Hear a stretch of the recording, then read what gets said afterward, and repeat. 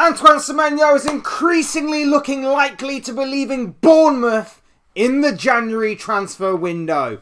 Hey guys, welcome back to the channel. Welcome to another video. Today's video is going to centre around this man right here, Bournemouth's Antoine Semenyo, the star of the show at the Vitality Stadium on most game weeks, is potentially about to leave Bournemouth in the upcoming January transfer window. There's been a lot of speculation surrounding the winger who is obviously gathering a lot of interest from a lot of other clubs as the winter transfer window is coming around once again. And of course, it wasn't so long ago we were talking about Semenyo after the likes of David Ornstein had dropped the big bomber that this guy had a release clause in his contract somewhere in the region of £65 million.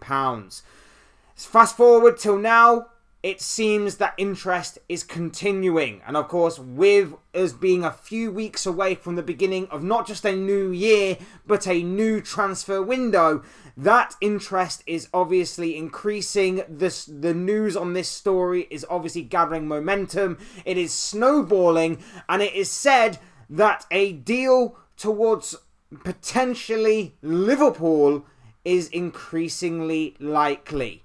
We're going to be talking about this news and transfer story. We're going to be talking about Semenyo, the teams that are rumoured to be interested in him, and so on and so forth. But before we go any further discussing all of that and much more, I would like to remind you all to please like the video and also subscribe if you are new. Both things are always and for greatly appreciated. And of course, I encourage you all to get involved in the comment section down below. Use and abuse that section, people. Talk to me on this subject and transfer story. I'd love to know what you guys have to say on all of this stuff. So please do get involved. Use and abuse that comment section, and obviously I believe that what you have to say with a great interest in reading, so I can't wait to read all of your comments down below. Without further ado though, we are getting on with the video. We are getting on with the story of Antoine Semenyo.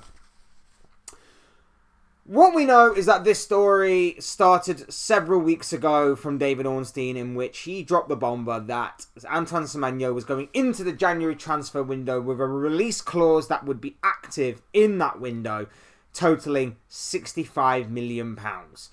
Now, in my personal opinion, I think that's an absolute steal. For a Premier League proven winger who has got plenty of output, who is skillful, got a lot of flair, pace, technical ability, and of course, not just in the offensive stats, but also defensively contributes really well in terms of initiating a press, pressing really well, got a good energy about him and a good defensive work rate. This guy is pretty much, in my opinion, the complete package of a top quality winger. I compared him in the summer to where Sadio Mane was when he left Southampton to join Liverpool. I said that he is ready for that next step up from Bournemouth, with all due respect to Bournemouth, of course. But I think that this guy is ready to make that step up. I think that this guy is ready to join a bigger club, again, with all due respect to Bournemouth, than where he currently is. He's ready to test himself on a bigger stage, and of course, on a European stage, if it comes to obviously obtaining Champions League football as well. And of course, Semenyo is a big deal. Like I say, the main output is good. He gets goals, he gets assists, he's consistent. He is, as I said at the top of the video, the star of the show for Bournemouth on most match days. He is the one that fans outside of Bournemouth tune into to watch. With all due respect to everybody else, again, I can't stress that enough, but he is the main man to a lot of people outside of that Bournemouth fan base. And I, for one, really adore him. Like I say, I give him high praise. I find him to be very consistent. His output is good, but it's the stuff that he does other than his output that makes him involved in the game. His work rate off the ball, what he does in terms of his creativity, his skill, his flair, his technical ability, all of that stuff combined is just what I really love and adore about him. And I think he'd really work with Liverpool.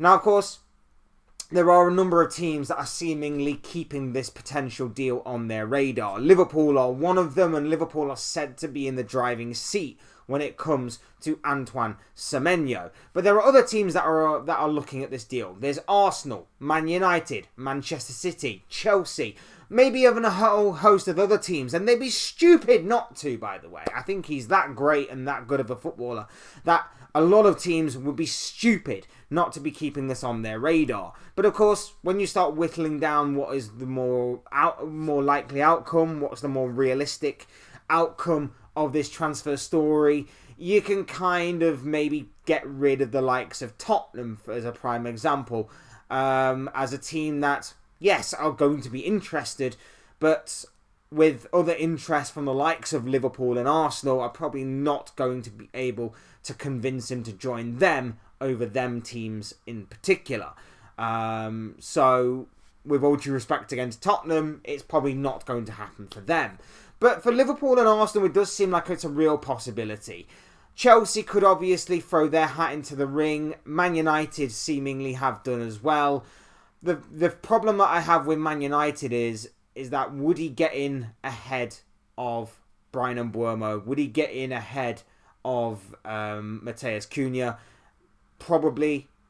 I think he probably should, but would he, considering that United put a lot of time and effort into obtaining those players in the summer? Probably not. What you would probably get with Semenyo is that if he was to work in the team with them, he would probably find himself in a wing-back position, which I don't think is necessarily what he would want. At least with Arsenal, he'd find himself on the left. At least with Liverpool, you know, he has that versatility where he could play off either side. And of course, with the Mohamed Salah situation being what it is right now, there is a possibility to say that he could find himself being the long-term successor to Mohamed Salah. Is he as good on the right-hand side as he is on the left? I think his preferred position would be on the left, to be honest. And ahead of Cody Gakpo, I would take that any day of the week right now. But having said all of that, there's no guarantee that he will go to Liverpool. I think at the time of recording, I think if there was to be a favourite, it would be Liverpool, in the sense that the finances are probably there for Liverpool to go for it in January. I don't necessarily know for sure whether or not the finances would be there for like an Arsenal, for example, in January, whether or not they would have the funds to do it, or whether or not they would genuinely go for the kill there. But if you are looking at it from an Arsenal perspective, again, you're looking at this as a big opportunity. A big opportunity. Not only just to reinforce and strengthen your attacking output, but a big opportunity for long-term planning in terms of this 25, 26-year-old player coming in the door at Arsenal, performing on that left-hand side alongside the likes of Eze, Saka, Gyökeres up front if he starts firing. You're looking at that as a big opportunity. Big opportunity. And from a Liverpool perspective, I'm seeing it as a big opportunity myself. Because it is that. It is a big opportunity. For £65 million, let's consider the amount of money that wingers in the Premier League have gone for over these past several months in terms of the summer transfer window. Anthony Elanga, 50 to 55 million, somewhere along those lines.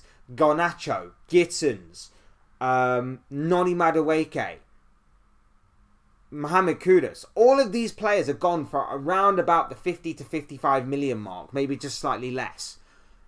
You're getting a Premier League proven player in Antoine Semenyo for just 10 million more than that. Premier League proven, with all of the attributes needed for a top quality winger, whether it's off the ball or on the ball, he is it. Whether it's offensively or defensively, this guy is it, in my opinion. For 10 million more, you're getting all of that, plus a guy who has got output, goals, assists, consistency. It's a no-brainer, in my opinion. It's a no-brainer. But here's where I have reservations for Liverpool. He is not what we need. He is what we want. He is not what we need. Here's my theory. Here's my reasoning on that. Semenyo is fantastic. I would love Semenyo at my club. But right now, Semenyo doesn't solve all of our issues. And I don't think not one player does. But when I look at Liverpool's issues, I'm looking at centre-back area. There's not enough depth there.